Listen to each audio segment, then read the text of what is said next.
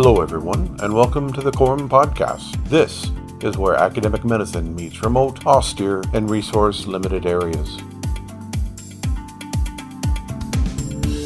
Welcome back to the program. This is Aebhric Kelly. This week, we have Michael Klopper. Michael has been faculty with the college for, 6 years, Michael? How long have you been working for the college? It's been about 6-7 years, Aebhric. You're a paramedic and you're a doctoral student. So tell the audience a little bit about yourself, how you got your paramedic and what you're doing in South Africa. So thanks, Aebhric, for having me here. It's a privilege to share the space with you and your listeners. So my own history goes way back to the early 90s, where straight out of the military, I signed up as a volunteer in Johannesburg with the local ambulance and fire department. So back in the early 90s was a very interesting time. That was when South Africa was transitioning to democracy, and it was a very violent period and indeed a very busy time for EMS. Stuck with EMS in Johannesburg for about 10 years, but at the same time, I would always burn the candle on both ends. In that time, I also got a degree in accountancy. I did a bit of work in software development, got into exporting goods to the US. After a while, I took a break from EMS. It just got a bit burdensome. Spent a bit of time in scuba diving, teaching scuba, which was great. I then moved to the US for a while, building an e-commerce platform for a company over there.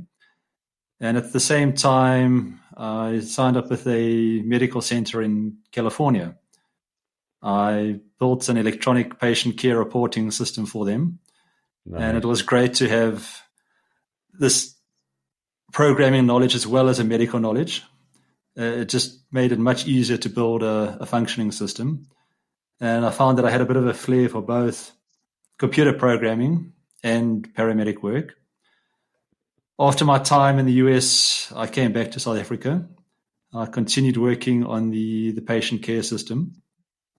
And in 2012, I decided to sign up as a paramedic student in the US with CoROM Online. And that was mostly in part due to myself not being able to complete a 4-year full-time degree, which was a real limitation for me to progress from an ILS paramedic to ALS.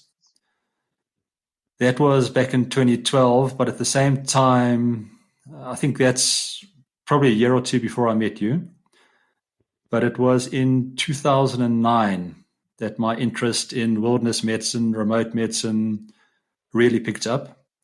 And that's when I joined the Mountain Club of South Africa's Mountain Rescue Team in Johannesburg. And at the same time, I pursued a fellowship of the Academy of Wilderness Medicine, which was awarded to me in 2015, I believe. And I must say that my journey in wilderness medicine, mountain rescue, has been just absolutely amazing. From there, recently I worked with yourself, John Clark, in the college, the International Board of Specialty Certifications, helping to get the wilderness paramedic certification off the ground. And it's obviously helped out the college with a few lectures here and there. Indeed. But and that's really what the whirlwind tour of my experience to date. So you were an AEA, is that right? It's like an EMT intermediate. That's correct. Although the EMTI and the AEA don't quite correlate. Initially, I got my 1-month BAA, which is the basic ambulance attendant. That's more or less the same as an EMT basic. After that, I had to get 1,000 hours of road experience. And after that, I was able to do the 6-month AEA, or Ambulance Emergency Attendant course. And that just really gives you access to administer a handful of drugs, set up IV lines, do very basic ECG work. And the step from, or back then, was the short course, which was another 1,000 hours of road experience. then a 1-year course to get to the ALS level. But the short courses were discontinued some time ago. So the option to get to the ALS level now is either a 2-year or 4-year degree program. So that means quitting your job, working or being a student full time, and it's impossible to support a family and be able to study as well. Yeah, it is a challenge. I know some people who were lucky enough to have their work sponsor them, work after hours, especially those doing road shifts. But you can imagine trying to maintain a full-time job and a full-time study. It's you have to be super dedicated to get that done. So PERCOM with Jane Dinsmore in Texas, you did that program, and then you came to Malta so I could give you your practical testing. Is that right? That's right. That was a huge help. So the PERCOM program, the didactic portion is basically all online, and the psychomotor and clinical rotations, you had to be in the US. So I had to spend about a total about 3-4 months in the US with various ambulance departments, hospitals throughout Texas. I then came across to Malta to do, I think it was the AEMT portion to get the skills signed off, which was that was a great help. It basically saved a trip to the US. Right. And it got you a chance to see Pretty Bay, and we met, and we've been kind of doing things together ever since. Yeah, we've had a number of projects, including I think back then it was merit training, the clinical placement set up in Johannesburg and East London. That's right. That was when we were running paramedic students down on ER 24 ambulances. And I was down there multiple times getting some hours as well. And I remember one time you and I were on the streets working on a head injury with a guy that was PVA with about person versus vehicle, which is very common. And we couldn't get a line in, and we wound up getting a femoral line before POCUS was in fashion. So we had to do it pretty much blind and literally on the streets. And it was quite an experience for me to look up. Was there 100 people surrounding us watching? And it was a little discerning, security wise and situational wise. That seems to be normal that down there, isn't it? Yeah, there was a very interesting call. I remember you and I were sitting at a gas station having a cup of coffee, and we were pretty far from that incident, probably about 10 kilometers. That call had come in, I mean, at least 5-10 minutes before we heard about it. And eventually it turned out there were just no other resources available to attend to it. So we jetted off in our response vehicle. So from the time of the incident until we arrived was at least 30-40 minutes. And that patient unfortunately stepped in front of a minivan, which are commonly used as a taxi. He was not in a great state. Definite case for intubation, head injuries. And you and I really struggled to not only get lines up, but to get tubes in all the time while dodging traffic and fighting off a rent-a-crowd. But you intubated him, didn't you? He was already unresponsive, wasn't he? And we tried to stabilize him. Yeah, we worked on him for a while, but it didn't pan out. Yeah, sadly, we had to pronounce him on scene.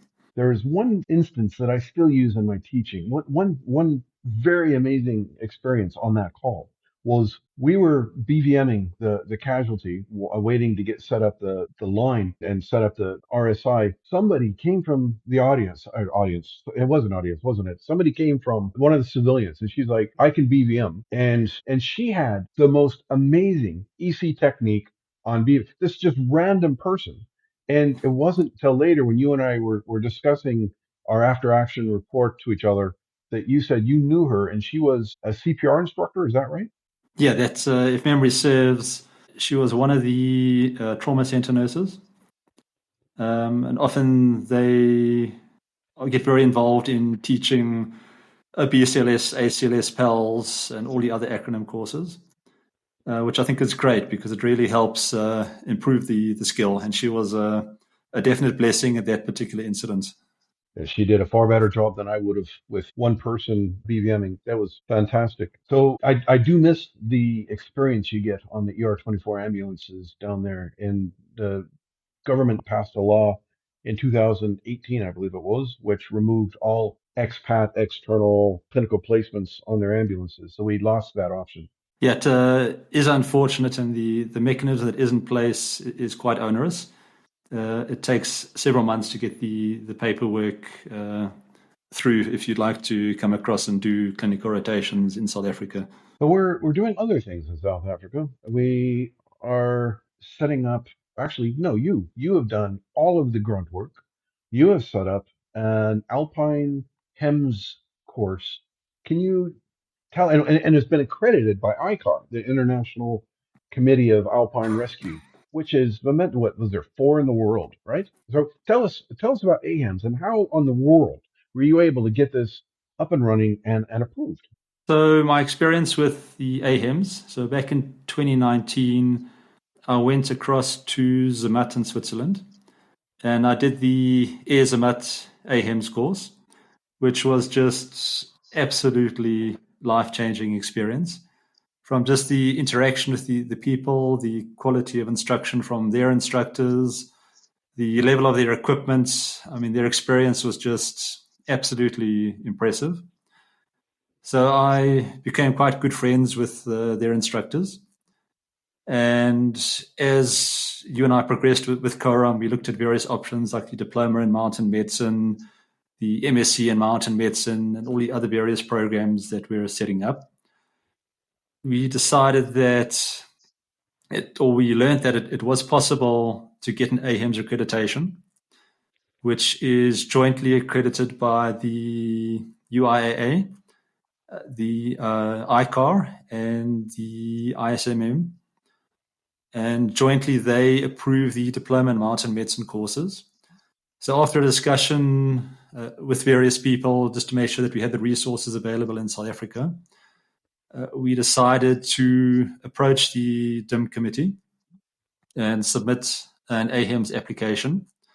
And that application took about a year to get approved, simply because there are so few AHEMS courses, and they will only accept courses that are basically in the upper tier of training, equipment, experience. Not everybody can basically show up with an aircraft and expect to get an accreditation. And after a lot of recruitment, getting the right DIM level physicians with mountain rescue experience, getting in the mountain guides to help with the technical aspects of some of the exercises we do in the mountains, and of course ensuring that we have faculty with sufficient, or not even sufficient, with expert knowledge in expedition medicine, mountain medicine, rescue, flight operations. Once we had that team assembled, it was actually fairly smooth going to get the accreditation, which we were awarded a year ago.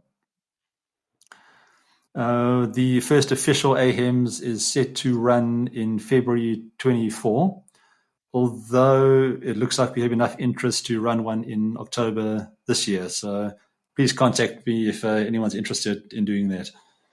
I remember we were having issues with accreditation on that AHEMS due to the fact that they require a European mountain leader, mountain guide, and we're trying to get approval from ICAR and from Doc Jason from New Mexico, and what the kind of breakthrough was the help from Oliver in Arizona. So I was there at a conference, and we're having issues getting this pushed over, and I was talking to Oliver, and he made a phone call to Jason, and he basically fixed this whole issue, and he helps us.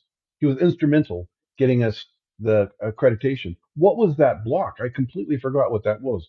So part of the accreditation process was we have to have an IFMGA certified guide to help with the technical aspects. One of the skills that we practice on the AHEMS is a cliff extraction by helicopter. So there you can imagine that you have a climbing harness on, a helmet, and you are firmly anchored to the side of a cliff but hanging on a rope. Now, the issue is when an aircraft comes to extract you, there's a very brief moment where you have to connect to the long line the helicopter hoist hook before you disconnect yourself from the moment. Unfortunately, during that transition, you have firmly anchored the aircraft to the earth, which is a very bad thing. There are various pieces of equipment, very expensive pieces of equipment that you can get to mitigate that. But the standard technique is to use a Muntermule knot or a Muntermule hitch, which is effectively a slip knot that you use to connect yourself to the clip. So when you connect to the aircraft, simply a case of releasing the slip knot and you are free from the mountain, and you won't anchor the aircraft and potentially cause a disaster. It's that particular technique that requires the oversight of a suitably qualified and experienced mountain guide. The challenge is those mountain guides are in high demand. They're very hard to come by. And mountain guides with that level of helicopter experience are even harder to come by. So the workaround that was discussed with Oliver is basically their colleagues that are used at the Airzamat AHEMS. We're essentially going to use the same personnel on the South African course. So we'll bring them in, teach that technique, and that resolves that. I think it just all boils down to standards. And the comment was the IFMG guide follows a very well-defined and well-accepted set of standards in Europe.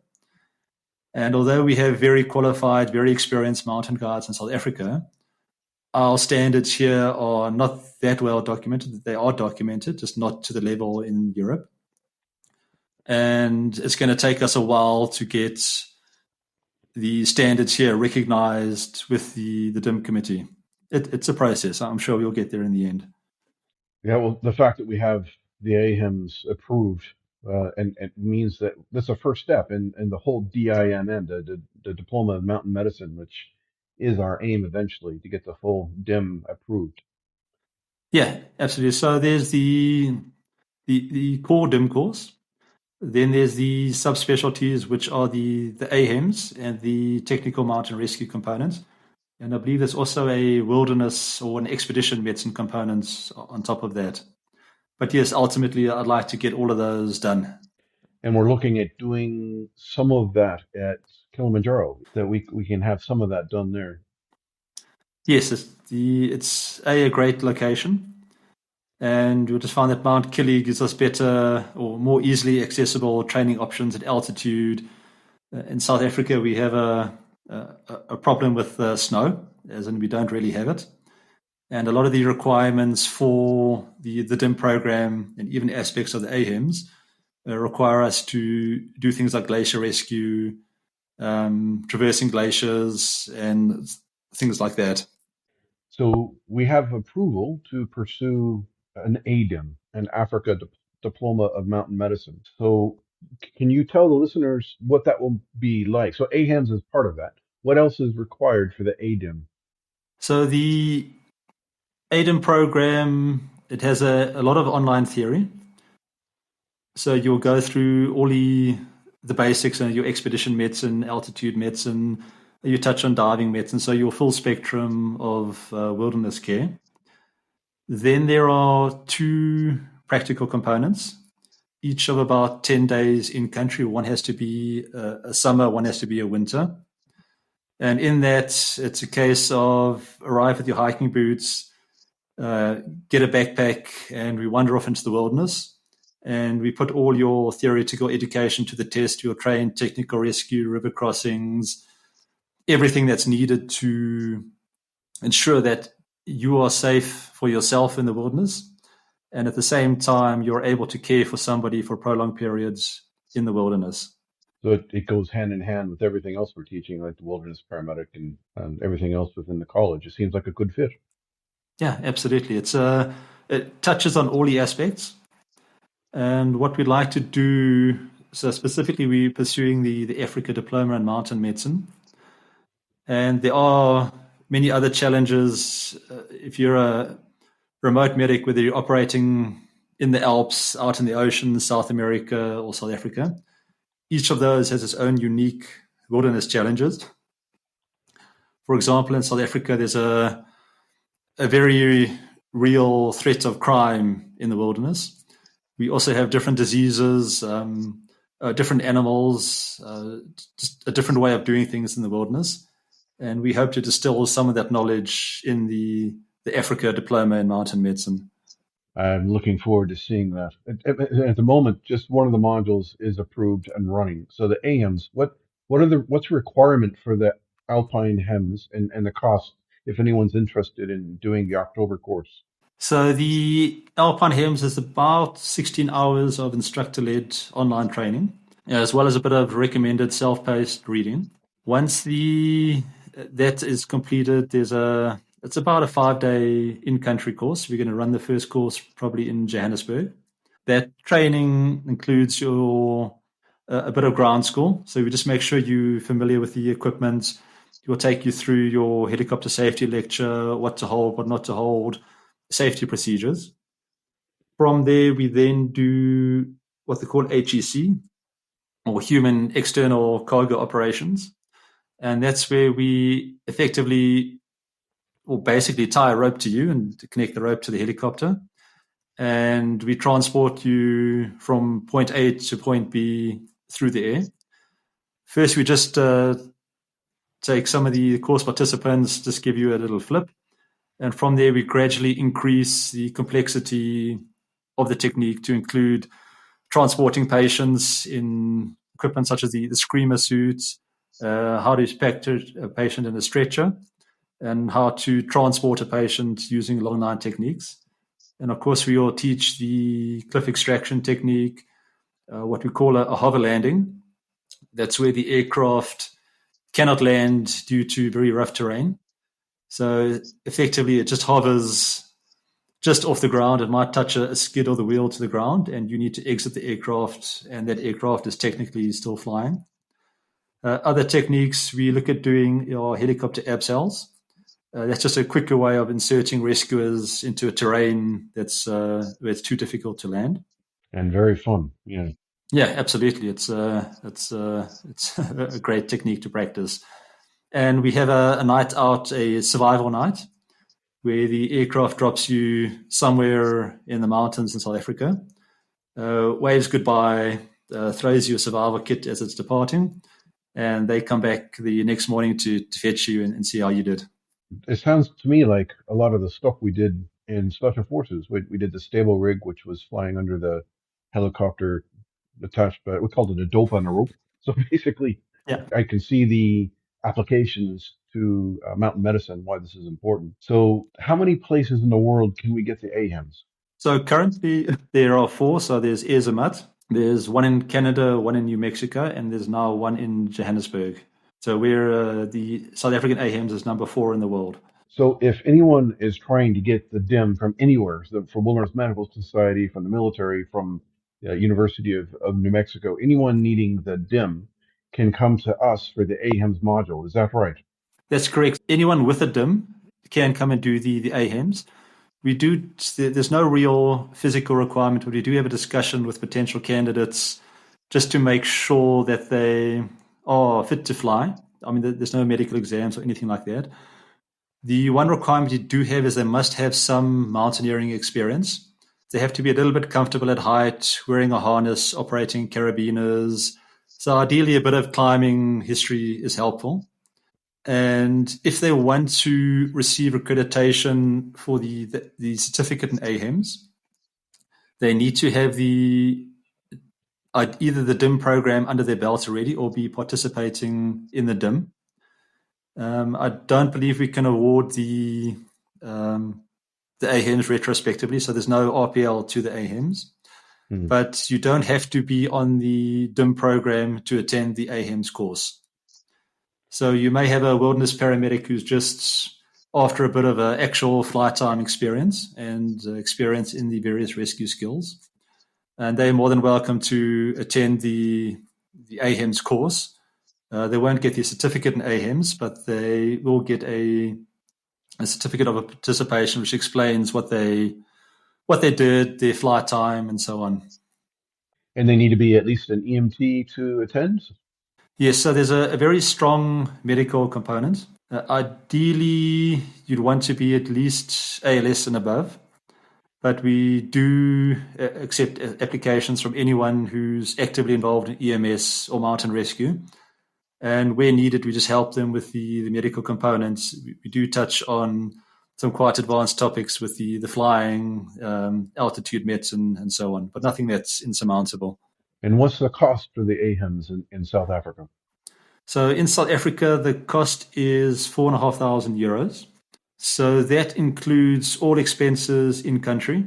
That includes all your flight time, the textbook, instructor time, internal transport, hotel accommodation, meals. So effectively, you arrive at our door and we look after you for that entire period. The only uncomfortable night might be the overnight survival, but the rest of the time, we've got you in hotels, we've got you in restaurants, so we'll really take good care of you when you're here. And is it just in Johannesburg, or are you going to Cape Town as well? So we have two bases of operation. One is in Cape Town and the other is in Johannesburg. It really depends on the time of year. The Cape Town base they're very busy operationally speaking. And in Cape Town, the weather does not always play nice. So if we can, we'll try and split the training between Cape Town and Johannesburg. But again, it depends on the time of year, the operational tempo. If it's fire season, the aircraft gets called to assist with firefighting duties. So we really want to ensure that we don't want our candidates to arrive here and be stuck for aircraft. Up in Johannesburg, there's a lot more aircraft available. There's a lot more capacity, and the weather is a lot more stable. I'm looking forward to seeing how those come into fruition. So running 2 courses in the next 6 months, we get to see how this works. Yeah, we've had a lot of practice. So through a company called Contracted Rescue on Wings, which provide the air rescue capabilities, or one of the air rescue capabilities in Johannesburg, we've done several trainings that mimic the AHEMS training. So we've helped skill up a couple of the AHEMS operators with air rescue experience. We taught them the long line or short haul procedures. So all the elements that we teach in the AHEMS, we've been teaching fairly regularly up in Johannesburg, but in a slightly different context. So these are skills that you've been doing, but now this is the first time you put all of those together to get the AHEMS. Yeah, that's right. Nice. So one of the big requirements of the AHEMS is you need to be active in the rescue industry. So in contrast to our European counterparts who have a very high tempo of mountain rescues, in Johannesburg, our tempo is a lot focused on human external cargo, but for doing things like power line maintenance, down at the coast, carrying people and inserting them onto ships. We do a lot of tactical work, low-level flying, precision flying, stunt flying. So the bulk of our experience comes from different areas of helicopter operations. It's something I like because I always embrace diversity in training.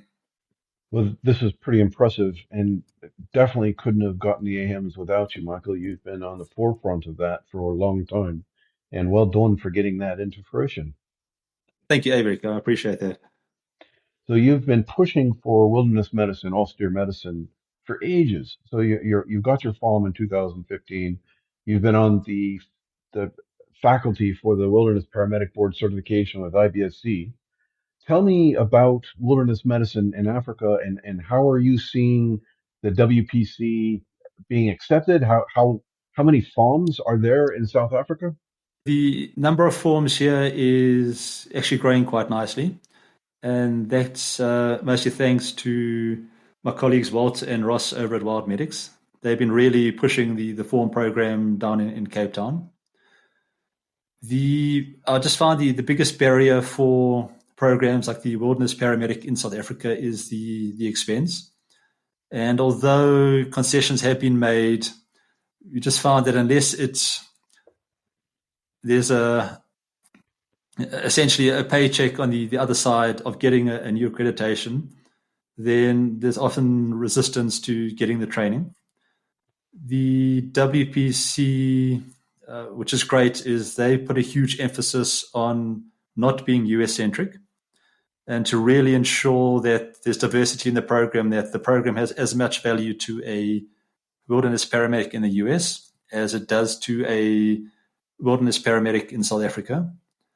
Although there is, I believe, a demand throughout the continent of Africa for this type of wilderness training, I think its uptake is going to be a little bit slower, but things are looking promising here. You and I have been on the design team for WPC since the beginning, and IBC has been kind enough to invite us in. And speaking for myself anyway, I pushed so hard to get the WPC non-US centric, to get the skills needed for a remote clinic in Africa or somebody in the offshore industry or somebody working in less than ideal areas and engagements. Do you feel that the WPC covers what is needed for the ALS provider in Africa? I think it's a great foundation to standardize the wilderness paramedic. And I think back to those different conferences and workshops and meetings that we had. And we just looked at this massive curriculum. I mean, if you focus, for example, on diving medicine, you could go and do an entire diploma, even potentially a degree just on that topic. So it's really a case of I believe it's impossible to get all aspects of wilderness medicine, austere medicine, remote medicine into one qualification.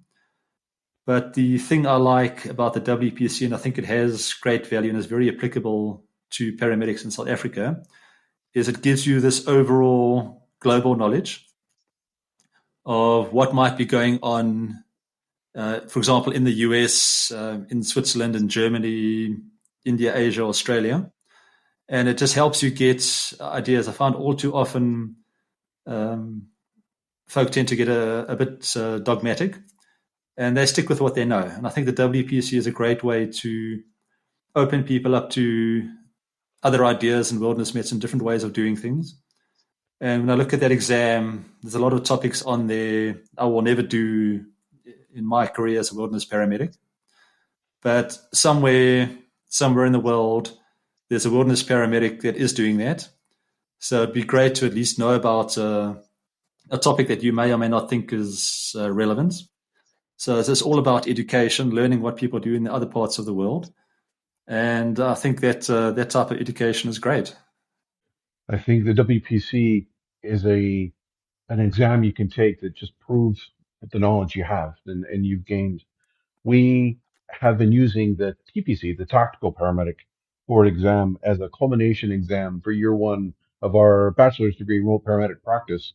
I think we're going to change that and have the Wilderness Paramedic Board certification as to replace that, to have our year one paramedics take that before they enroll into year two and continue on with the bachelor's degree program. Yeah, I think that's great. I'm really pleased to hear that. Again, to iterate, I think the wilderness paramedic shows that you have breadth of knowledge. It doesn't really focus on the depth in any particular technique. I know we had some rather heated debates about rescue techniques and helicopter techniques and stuff that really is probably going to be very localized depending on where you are in the world. But in South Africa, I see the tactical paramedic as an extension of wilderness work. If you're out in the wilderness, we're having a few issues with illegal mining, so it's very easy for paramedics assigned to various details to go from a wilderness setting very quickly into a tactical setting. So if you're going to work in wilderness medicine in a hotspot, to me, it just makes sense to take that wilderness knowledge and then tack on a tactical knowledge, but how it relates to your work. I agree. It's universal. I'm really impressed with IBSC and what they've created. And the faculty they brought together to help design this is what, 5 continents.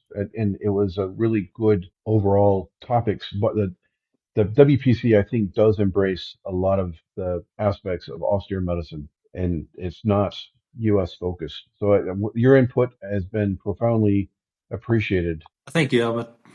I was basically standing on the shoulders of giants. So a lot of my input came from very long discussions with my colleagues here, those in mountain rescue, the military, the police, the various universities, EMS providers. So I really feel that I was a spokesman for a lot of people on this side. So it wasn't all just me. You're definitely a pillar of knowledge for wilderness medicine. And in Africa, you have stepped into a leadership role, and I appreciate that. You have your hands in so many different things. You mentioned that your passion for IT and AI has driven you, and you have been able to create a way for us to get our field guide into a smartphone app. It's not an app, but so we have looked at making the field guide virtual for years, and we were looking at Android apps and we're looking at the Apple apps and trying to get that. I mean, sure, we can do that, but problematic.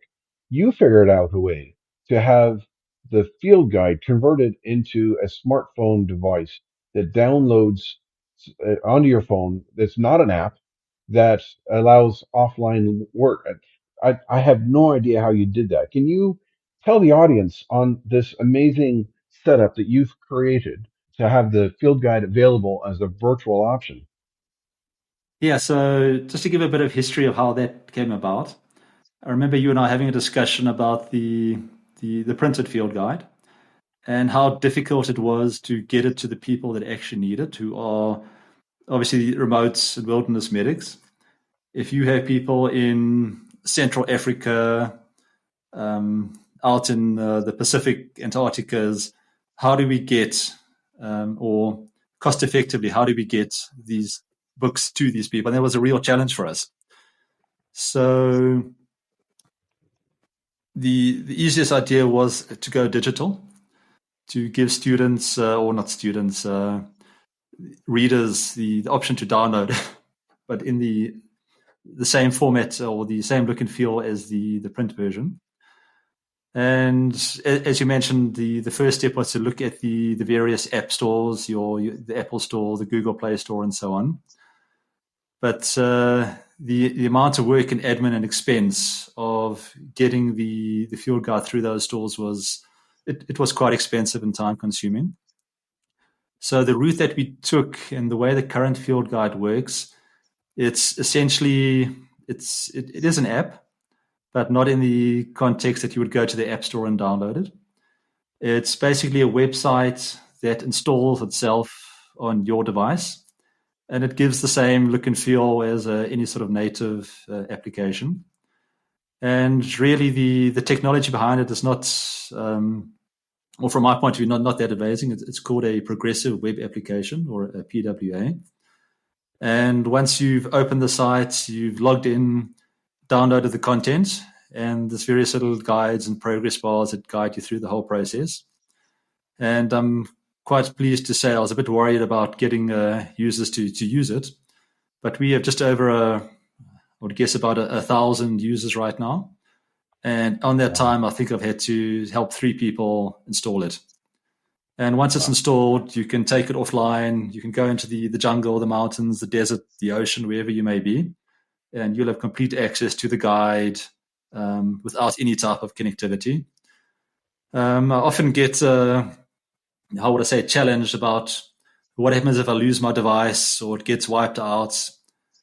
My response is simple. What happens if you lose a field guide or it gets damaged or dirty? It's and wherever I go, whether it's helicopter work, if I go out hiking, mountain rescue exercises, either myself or somebody will have a smart device. It's just become entrenched in wilderness medicine. And you've added other things to the app as well, haven't you? Your own EMS drugs guide and some medical calculators. Yeah, so in the digital field guide, we have the digital version of the original printed field guide. I think it was edition 2, if I'm not mistaken. Correct. We also have a few interactive tools. There's a bunch of medical calculators. You can work out, SIRS, the percentage burns, shock index. There's a bunch of calculators in there.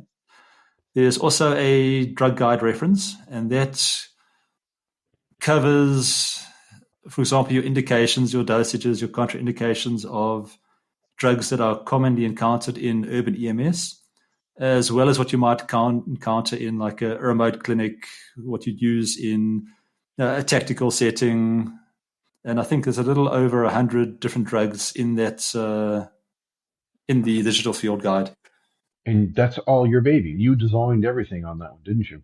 Yes. So prior to setting up the field guide, I have another application called emsdrugcards.com, which is a tool to really allow paramedic students to manage their drug card exercise. So when I was a student at paramedic, one of the assignments was to create drug cards. But the issue was we had almost 1,000 drugs to work through. That range from your common street drugs to drugs drugs that might commonly be taken by patients. And so that list was quite extensive, and we had to write notes on all of those. So being the programmer that I am, I just wrote a little application to help me manage all of that. And other students loved it. The faculty at CoROM loved it. And there's quite a few students using that to this day. And when the field guide was developed, I just brought that functionality in. And it's equally shared between the two platforms. It's a fantastic package, isn't it? You get the field guide and you get your EMS drugs guide as well. Yeah, it's, although depending on your setting, it's so difficult with the drugs, even in the US. Obviously, depending on your medical control, your protocols, state regulations, the guidance we give on dosages might be different. But I think overall, it's a guide. It's not dictating how you should give those drugs. But the information about the indications, the mechanism of action, that sort of stuff is pretty useful and pretty universal. So I think it's a case of just responsible use. Don't follow it blindly. You have to obviously temper whatever you do with sound clinical judgment. It's just never a good idea to take anything like that verbatim when treating a patient. So the app has 1,000 users. Do you have a way to see how many countries it's in? The tricky thing is we don't track that information. We really want to keep the personal information to an absolute minimum.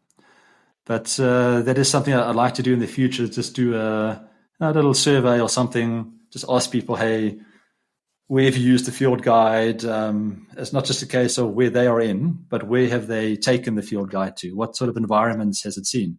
I do know that we have a physical field guide on all 7 continents. There's a field guide in the Antarctic base. You have also created translations for the field guide, the virtual field guide, and you have translated it into Ukraine. And we offer the virtual field guide free of charge to anyone, regardless of what country they come from. If they're operating in Ukraine, they get free access for a year. How many have we given out so far? Yeah, I think we've given out a few dozen. It's an uptake I'd like to see increase. One of the challenges we have is the field guide is in English, and the version 2 of the field guide offers a translation. Currently, it offers German, French, Ukrainian, Russian, but we set to expand that to more than 100 different other languages. The version 2 is currently in beta testing. So if anyone would like to get the translated version of the field guide, it offers English as well, just to help the college try it out, check out some of the translations. So we're more than happy to give out as many free versions of that guide as possible. And as Aebhric, as you say, to anyone operating in the Ukraine, you can get a free copy of the first guide as well. You can send an email to info@corom.edu.mt if you want a field guide in Ukraine or if you want to test out the beta testing. So we've talked about your experiences in South Africa, and you've enrolled into our doctoral program. So we have a Doctor of Health Studies. You're one of the first 7 who have enrolled. Tell us how your experience is that you're going through the third module, 803. Tell us about the program and tell us what your study is what research are you planning to do for your doctoral thesis? One of the most challenging things about the DHS was just giving thought into what my dissertation is going to be. But my experience on the first 2 modules have been nothing short of life-changing in terms of helping my career, both on the wilderness side and the information technology side. The insights I got into leadership in the first module, I mean, that's been absolute eye-opener. Just the level of interaction, the recommended reading, the deep dive into how leadership works, different types of leadership, just things that I never really given much thought to. And then taking that and implementing it in my daily work, I mean, it really has propelled my career. And that's within the span of a year. And I guess as what you mentioned earlier, it just, if anyone has any sort of ambitions of moving into management or leadership, I mean, I would just highly recommend even that module. It's just been such a help to me. The second module, which really focused on quality improvement in healthcare. And this is a global problem. You'll always see in the news, there's some sort of healthcare or quality issue, difficulties with staffing, supplies, and so on. That second module took us on a deep dive into lean healthcare or lean management in healthcare. And again, just studying on these proven industry techniques for how to manage resources, spending, specifically in a healthcare setting. And in the paper that I wrote for that module, I really focused on what are the top healthcare failures or that have happened in the last few decades. What was the reasoning behind it? Why did they fail? What was the scope of it? And how could lean management have helped prevent those disasters? And that just really helped focus what I'd like to do my dissertation on. And what I'm leaning towards, and it's still under discussion, we need to just obviously debate it to get everything approved, but that is on AI in healthcare, but specifically in explainability for AI in healthcare. So explainability, these AI models, they're extremely powerful machines, for lack of a better word. And excuse me, these machines make decisions based on billions and now even trillions of parameters. So I'll give you a scenario. Let's say you're a cardiologist sitting in your practice rooms. You lean to your AI, you punch in the patient's vital signs, their parameters, their bloods, and so on. And the AI says, give diltiazem. And as a healthcare provider myself, I would like to know, okay, why should I give it? And often an AI model cannot explain how it arrived at that result. And that creates the issue of explainability. Is the AI might give you what is a correct result, but it can't explain how it got there. So in other words, a black box processing. And this can be a real problem in healthcare. If you can't explain why you gave a patient a particular treatment, that could land you in a bit of hot water, especially if that treatment turns out to be incorrect or even causes harm to the patient. So really the challenge, it touches on the other aspects of ethics and bias in AI. But the healthcare industry, we need to understand what is the impact of AI on AI in healthcare, specifically around treatment plans or diagnosis of patients. One of the best routes is you just use it as a collaboration. just as I would consult with the top cover about, what drug regimen do I need to give a patient in a remote clinic, you can do the same with AI. It's a case of I have this information about this patient. What does the AI think? What do my colleagues think? And you can just use it to help guide your treatment. But it's a very new field. In the past few months, AI has just exploded with the ChatGPT, the large language models, and it's progressing exponentially. Ultimately, it will find its way into healthcare, but that transition has to be very carefully controlled, and that's really where my dissertation focuses. Is as a healthcare provider, how am I going to trust what the AI is telling me? So I guess the low-hanging fruit would be the medical GPT would be somebody to bounce something off of. Look, and we do this, don't we, with fellow paramedics, and I've seen docs do this hundreds of times. Like, okay, which antibiotic? I don't know which. Let me go talk to the other doc. All right, which antibiotic do you think it'll use? Okay, and discuss about that. Or we as paramedics will do that as well. So which solution are we going to give for burns? Could GPT in a box, can AI in a box be help for us in pre-hospital of well, this is the symptom, this is what I think, and have a second opinion bounce back, but we're still in charge of giving medicine to that patient. Yeah, absolutely. I mean, my standard use of GPT and the other large language models is I use it to give me ideas. I'll explain what I'm doing. I'll give it as much information as possible. And it will then come back. A lot of the information I'll be, okay, that's not correct. I'm not going to use that. I don't like that. Oh, here's something interesting. And then I will go off and explore that, probably using more traditional research methods. But at the moment, I use it to bounce ideas off. I don't accept anything blindly coming out of AI at the moment. Although that said, AI has played a significant role in developing the new version of the field guide.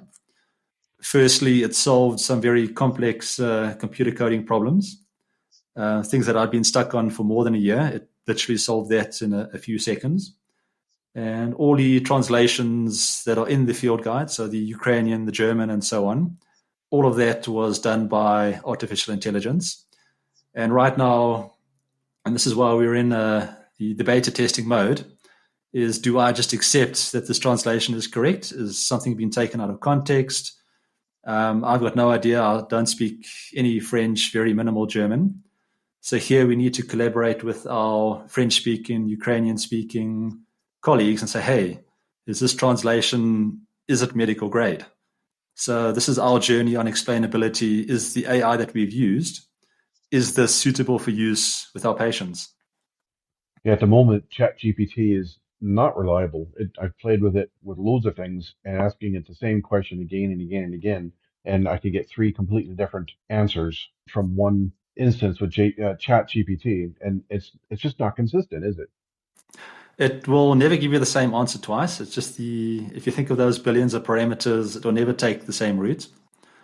So one very important thing is, like with any tool that a medic might use, whether it be an ECG, ultrasound, you need to sit and learn how that machine works. You can't just randomly press buttons on an ECG and hope to get a result.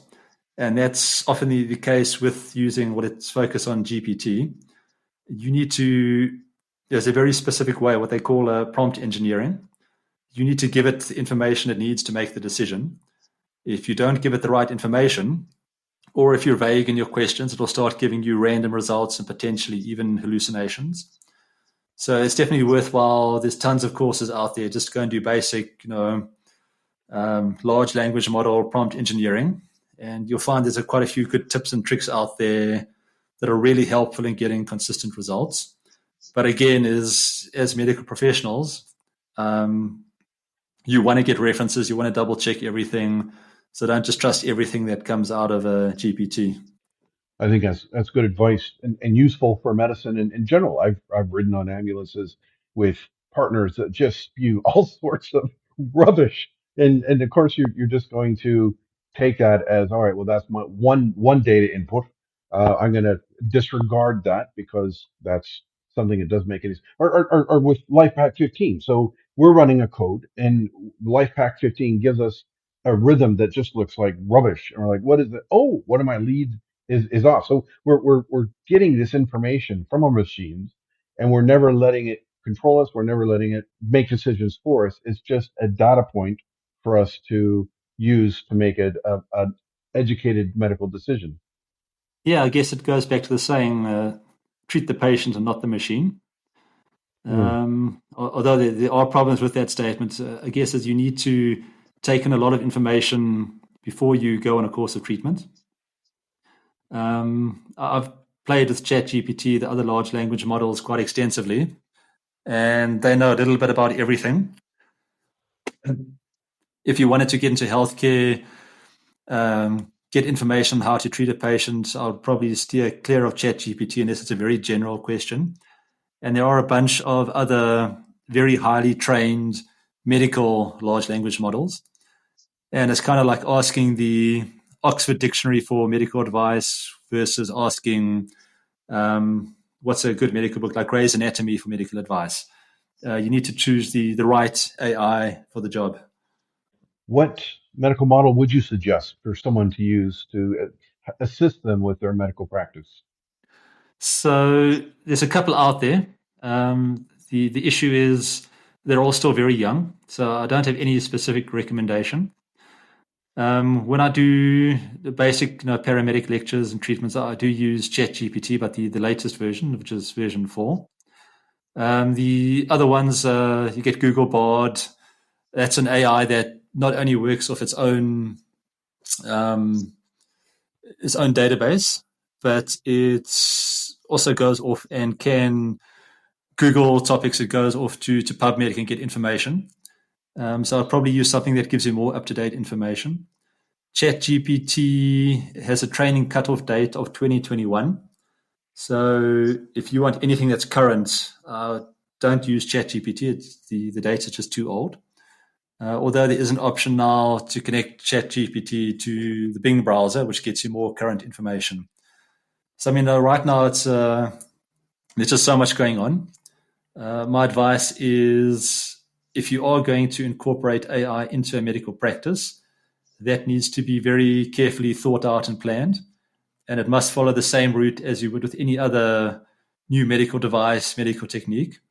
You have to bring it in, you have to vet it, you have to try it out, but then side by side with the existing technique, and then slowly build up that trust, make sure that what you're getting is correct, and just take it slow and easy. It's the golden hammer principles. If all you have is a hammer, everything looks like a nail.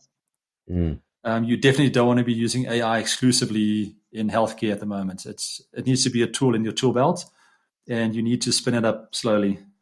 So just like any new partner you get on the ambulance, you're going to talk to them a bit, see what kind of knowledge they're giving you, and always take it with a grain of salt. Yeah, absolutely. So extrapolating this, Michael, where do you see the remote medical practice use of AI in say 2 years? So the one, I guess it's a limitation in the wilderness, is you need, for the most part, online connectivity to use these large language models. I mean, these are powered by incredibly powerful machines. So AI at the moment, if you look at the field guide, you essentially have the output of an AI in your pocket. It's been downloaded to your device. It's done the translations. It's helped develop the application. Mm. But I think the area that AI is going to help and really influence the wilderness paramedic is the rate at which research can be done. You can feed these AI models massive amounts of data, like entire medical libraries, and it can go through that and come up with conclusions, get you data, statistics far quicker than you could even in a few years. So I think for the wilderness paramedic, it's less about using the AI directly, but more about the profession being influenced by the outputs of AI. Do see a time, especially where there's top cover involved. You break out your sat phone. As it happened, let's say the doc is not available.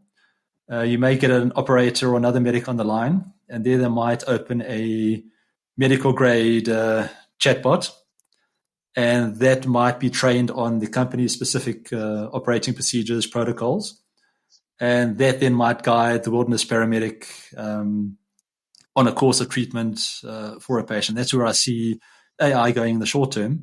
It's just giving advice to a paramedic, but with the option of, hey, I want to give you the diatism. Here is the protocol that I got that information from. So just really speed up the discovery process. And there's no way that this is ever going to. There's the AI is so vast and use so many databases that it's always going to be an online only option.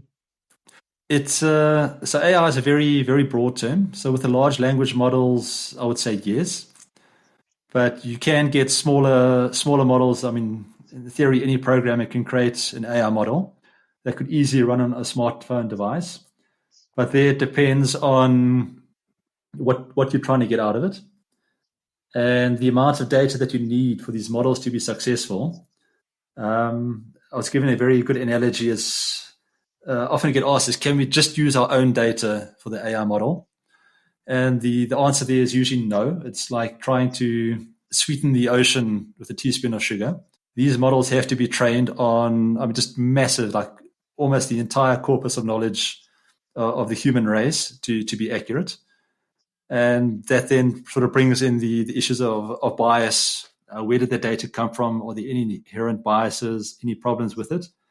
And that goes to the saying, again, of garbage in, garbage out. So I don't have a straight answer for you on that. The industry is growing from strength to strength. There's very large sort of governmental discussions around how do you regulate this? Do we need to put controls in place? So it's indeed a very exciting time. Many equate this to the next industrial revolution. So I think in the next year or two, I would say any idea that I have of where this might be will be completely unfounded in a year or so. It's very difficult to predict where it's going to go, just at the rate that it's expanding.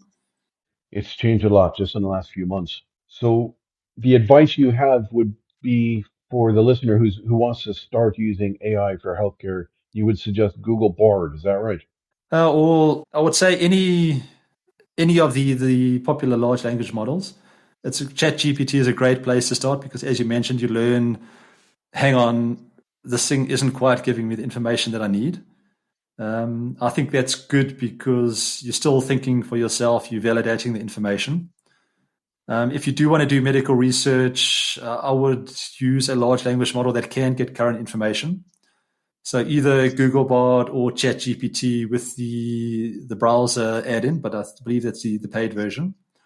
But it's a case of go out there, see what tools are available, work out what you need to do, what output you want to get, do research, find the tool that's right for you, obviously validate the output. But my go-to at the moment is GPT-4 with the Bing add-in, which allows me to get current information. And what do you pay for that each year? I think my subscription is like 20 US dollars a month. So it really helps me. Just often I'll write something myself. And I mean, I have things like Grammarly, but it's sometimes easier just to drop it into ChatGPT. Say, hey, just I feel the tone is wrong on this particular slide. Can you check it? Can you rewrite it for me? Can you give me new ideas? So it's not just the medical side that I use it for. It's also it's really good at breaking writer's block. I agree with you, and I use it the unpaid version, the 3.5 version. I use it extensively for just feeding it a PDF worth of information on a study or something like that, and say, please give me a synopsis, and then I review that to make sure that it doesn't say something stupid, which sometimes it does. And then I put that through Grammarly. So I agree, Grammarly plugin is well worth the cost.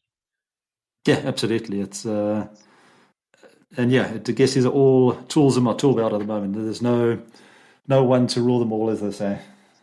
So, Michael, I appreciate your time. I see that you are definitely one of the pillars of wilderness medicine in Africa. What advice do you have for the listener who's just starting out on their journey into wilderness medicine, into austere medicine? like so they just finished their paramedic, or they're going through the paramedic, or they're a junior doctor in the UK. What advice do you have for them to start on their journey in austere medicine? Go hiking. So in the mountain rescue team, I'm very involved with the training of recruits. And often you'll get people coming out, they may have done like a trail run or a walk in a wooded area, but often they don't have that outdoor experience. So it goes back to the principle of safety. If you are not being safe, you're not going to be an effective rescuer or caregiver. You need to make sure that you have the skills to go out into the wilderness just with a backpack, a bottle of water, one or two energy bars, a space blanket for warmth. And you need to make sure that you can operate in that environment without assistance. And to me, the only way to really do that is go and join a hiking club, a mountain club in your area. Start going on. So take baby steps. Please don't try to do a survival night on top of Kilimanjaro and get yourself in trouble. If you're not an avid hiker or mountaineer, start getting that experience.